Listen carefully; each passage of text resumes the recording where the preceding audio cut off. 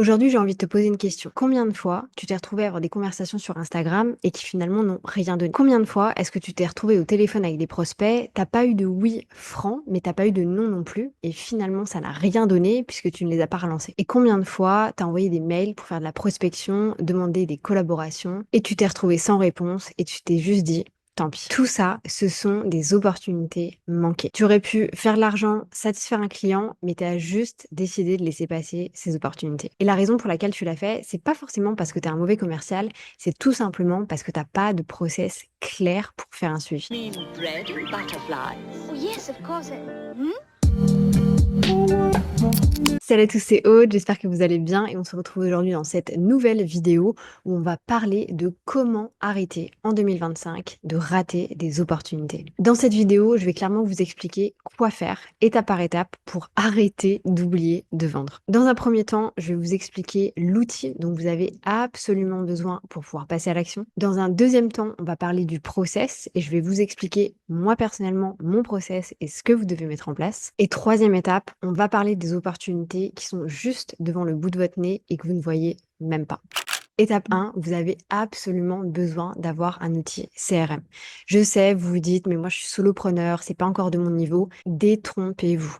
Mettez le process en place le plus vite. C'est ça qui va vous permettre de passer de solopreneur à entrepreneur avec une équipe à développer si jamais vous le souhaitez. Concrètement, vous allez avoir besoin d'un outil qui va vous permettre de créer des fiches clients. Nom et prénom de la personne, l'offre par laquelle il est intéressé ou alors l'offre que vous avez envie de lui proposer, son niveau d'intérêt, est-ce qu'il est peu intéressé, très intéressé, est-ce que ça l'intéresse mais pas immédiatement? Parce que ça, c'est le meilleur moyen de rater des opportunités. Est-ce que vous lui avez envoyé une proposition, que ce soit un devis ou une proposition commerciale? Quel type d'échange est-ce que vous avez avec la personne? Est-ce que tout se passe par mail? Est-ce que c'est par appel? Est-ce que c'est par message? Est-ce que tout se fait en présentiel? C'est très intéressant aussi d'avoir les moments clés pour cette personne. Je vous donne mon exemple. J'habite à l'étranger, j'ai 6 heures de décalage avec la plupart de mes clients.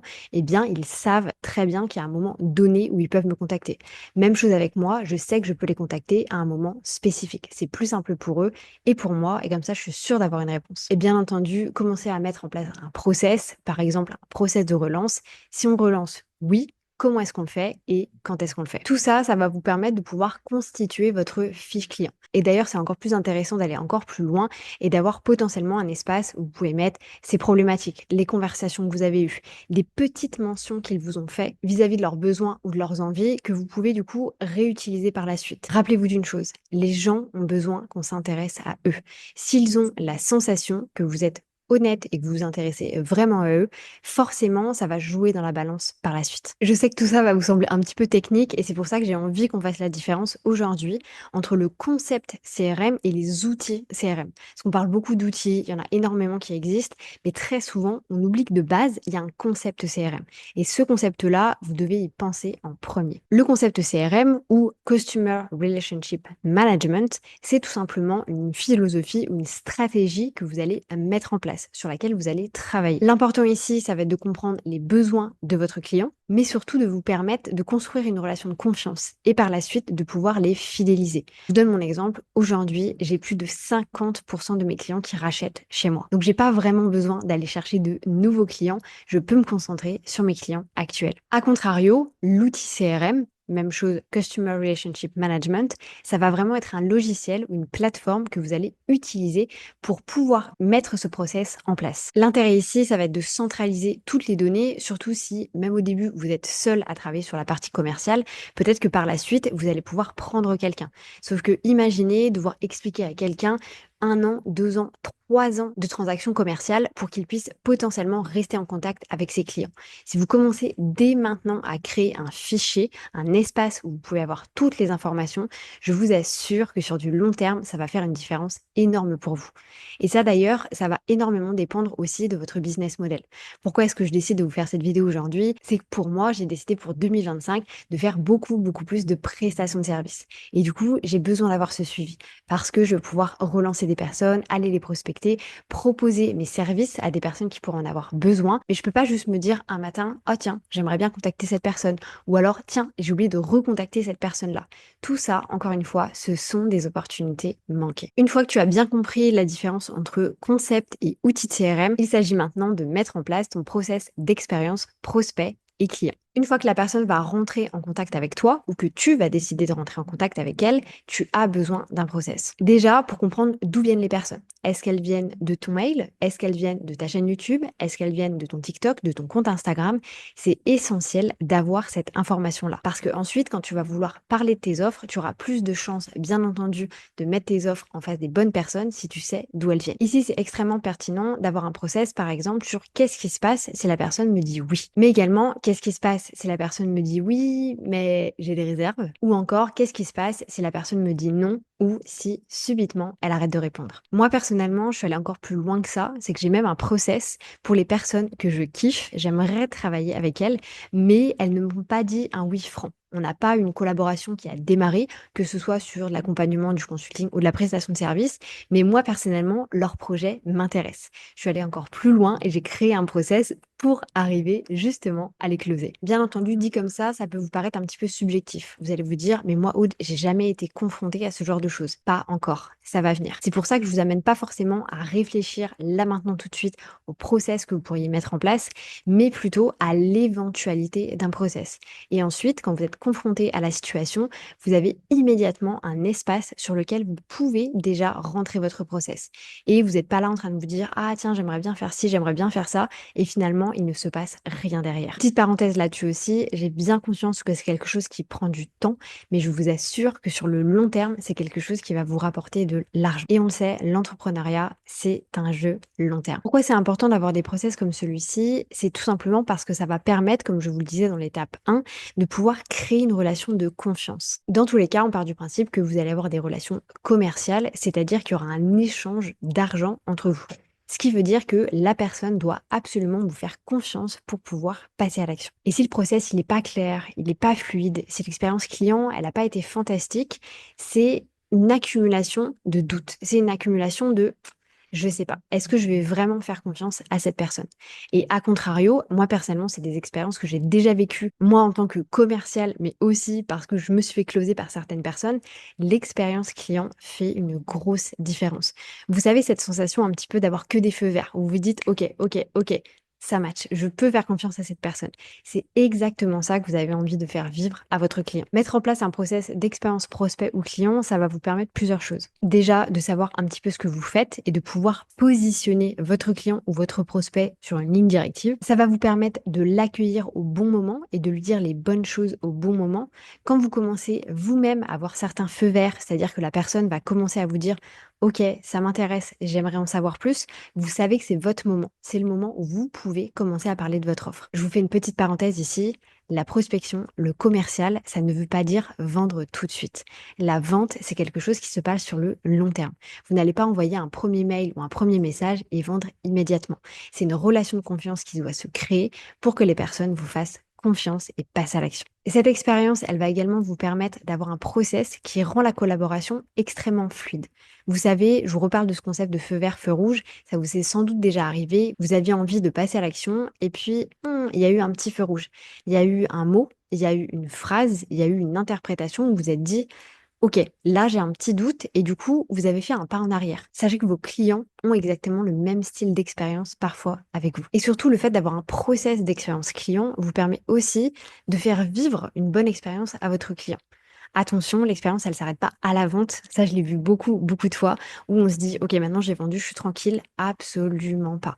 Vous devez être sûr que derrière, vous pouvez satisfaire pour plusieurs raisons. Petit 1, pour une question d'éthique, vous avez vendu, maintenant vous devez satisfaire. Et petit 2, tout simplement parce qu'un client satisfait, c'est votre meilleure publicité.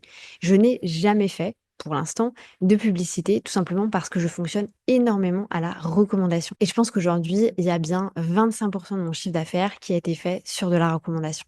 Attention, ça ne veut pas dire que les personnes se sont fait recommander mon profil et elles sont juste venues me dire oui, pas du tout. C'est vraiment plus sur un process de, OK, j'ai eu l'information que j'avais envie, par exemple, via des vidéos YouTube ou le compte Instagram. Je suis allée un petit peu demander autour de moi si des personnes connaissaient, donc me connaissaient moi, et c'est là où les feux verts se sont alignés et la personne est passée à l'action. Je vous refais aussi un petit point sur la partie un peu négative du fait de pas forcément avoir de process.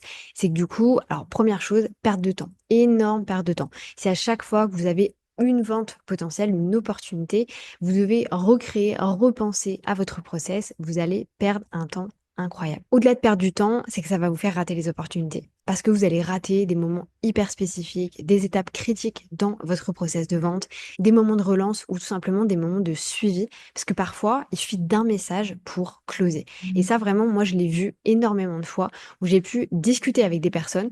J'étais pas forcément sûre qu'elles voulaient acheter. Et il m'a suffi de leur envoyer un seul message juste pour prendre des nouvelles, pour que derrière, le feu vert se réactive et que la personne se dise, c'est vrai, j'avais envie de travailler avec Aude, elle est revenue vers moi. Donc le suivi peut faire également une énorme différence. Et du coup, ça vous permet bien entendu d'éviter d'oublier des prospects qui étaient intéressés. Même chose, je vous donne mon exemple, ça m'est arrivé, j'ai honte de le dire, mais des dizaines de fois, de laisser des gens sur mon compte Instagram, soit en vue, parce que j'avais vu le message très tôt le matin, j'avais oublié de répondre, soit de les remettre en non lu, et du coup, j'avais pas forcément relancé derrière non plus. Et je sais pertinemment que j'ai raté des dizaines et des dizaines de ventes à cause de ça. Parce que j'avais pas forcément le bon process et surtout parce que je savais pas où forcément mettre les informations. Je vous montre un petit peu comment est-ce que je fonctionnais par le passé. J'avais tendance à écrire sur des post-it. En fait, quand il y avait un profil qui m'intéressait, je venais mettre son nom, je venais mettre l'offre par laquelle elle était intéressée, son arrobase ou alors son email. Et du coup, je me disais, OK, tous les vendredis matins, je vais un petit peu recontacter ces personnes-là. Ça va être mon process de prospection. Comment vous dire que je l'ai pas fait très longtemps parce que je me suis vite rendu compte que c'était pas du tout le bon process, c'était pas la bonne manière de faire et on va être très honnête, des post-it, ça se perd. Dans cette vidéo, je vous ai beaucoup parlé de process. Avoir un process, c'est bien, mais pouvoir le mettre en application, c'est mieux. Et c'est pour ça que vous avez besoin d'un outil de CRM. Et moi, tout a changé quand j'ai découvert PappDrive. Vous savez, je suis quelqu'un qui aime beaucoup les outils hyper intuitifs et hyper simples. On peut le voir avec Notion ou System.io et c'est vraiment ça qui m'a plu également avec PappDrive.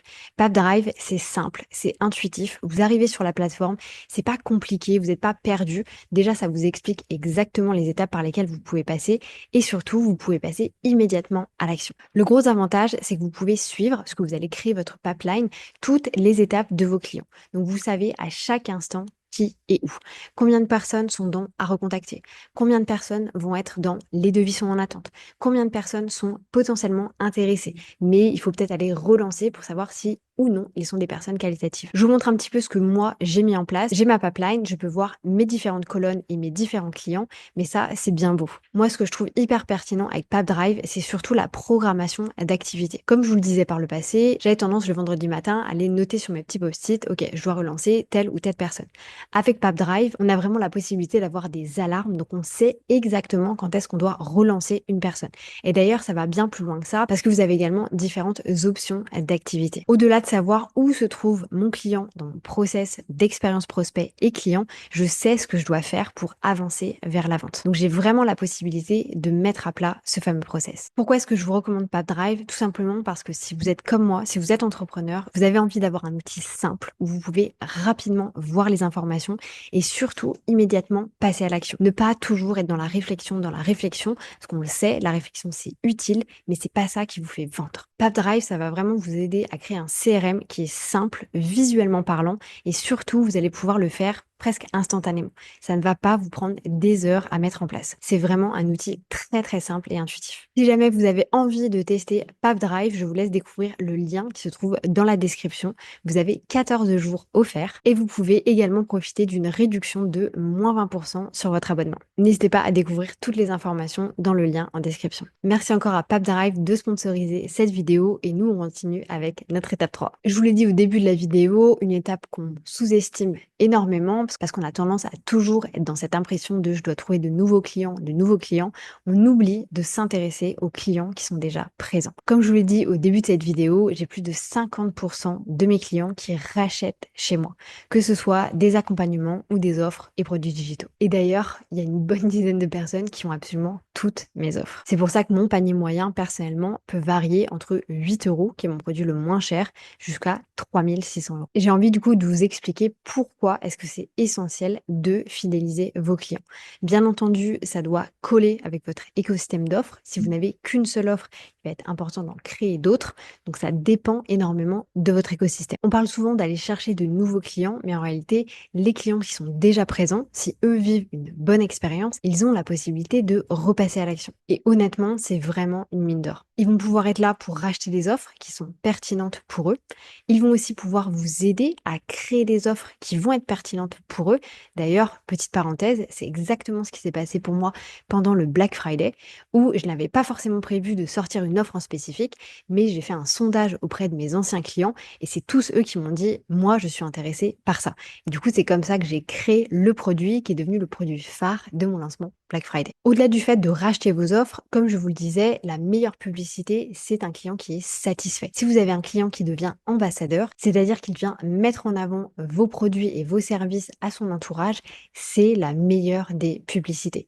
Parce que la personne qui va arriver chez vous ensuite, ses feux sont déjà ouverts. Il n'y a pas de questionnement de est-ce que je fais confiance ou pas, puisqu'une autre personne à qui ils font déjà confiance leur a mis en avant vos offres et votre qualité. Et quelque chose qui est essentiel également, c'est ce contexte un petit peu de privilège. Vous savez, ils vont avoir la sensation d'être privilégiés, d'être valorisés, et ça, c'est extrêmement important. Même chose, c'est une action que j'ai mis en place pendant le Black Friday, où mes clients actuels avaient des privilèges sur mes nouveaux clients. Alors, bien entendu, vous n'êtes pas obligé de le faire tout le temps, mais ça fait la différence.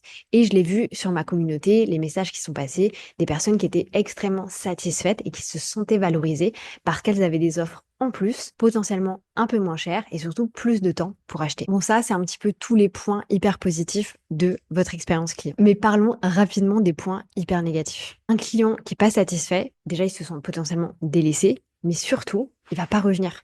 Et encore pire, il va aller chez la concurrence.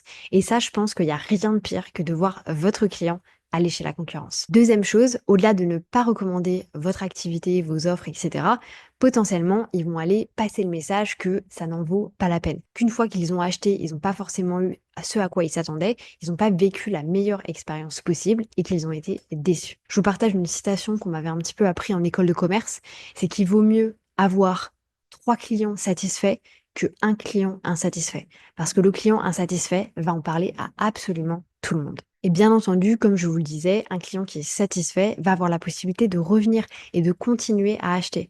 Pas forcément tout de suite, moi je peux le voir et c'est pour ça aussi que je vous amène à analyser vos statistiques, etc. Mais je peux voir qu'il y a des gens qui ont acheté chez moi il y a 1 an, il y a 2 ans et qui continuent à acheter quand je fais certaines offres ou quand je lance des nouvelles offres. Comme je vous le disais, mon projet 2025, c'est vraiment de mettre en avant tout ce qui va être autour de la prestation de service pour Notion et System.io. Et clairement, je ne vais pas aller m'embêter à trouver des nouveaux clients. Je vais le faire, bien entendu, mais je vais me concentrer sur mes clients qui sont déjà présents.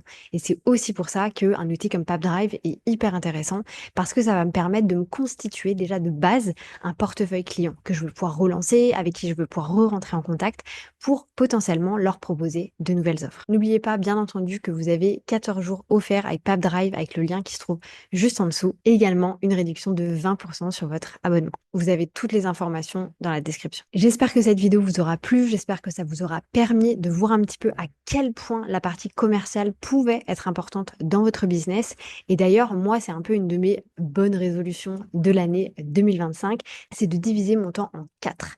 Je vais avoir un temps pour mes clients actuels, je vais avoir un temps pour toute ma création de contenu, je vais avoir un temps pour mon propre développement, les formations que je vais suivre, les coachings que je vais suivre, etc. Et je vais avoir un temps qui est dédié à la partie commerciale. Moi, je vous laisse là-dessus. Je vous souhaite une bonne journée, une bonne matinée, une bonne soirée, peu importe quand est-ce que vous allez regarder cette vidéo. Et je vous dis à bientôt pour une nouvelle vidéo.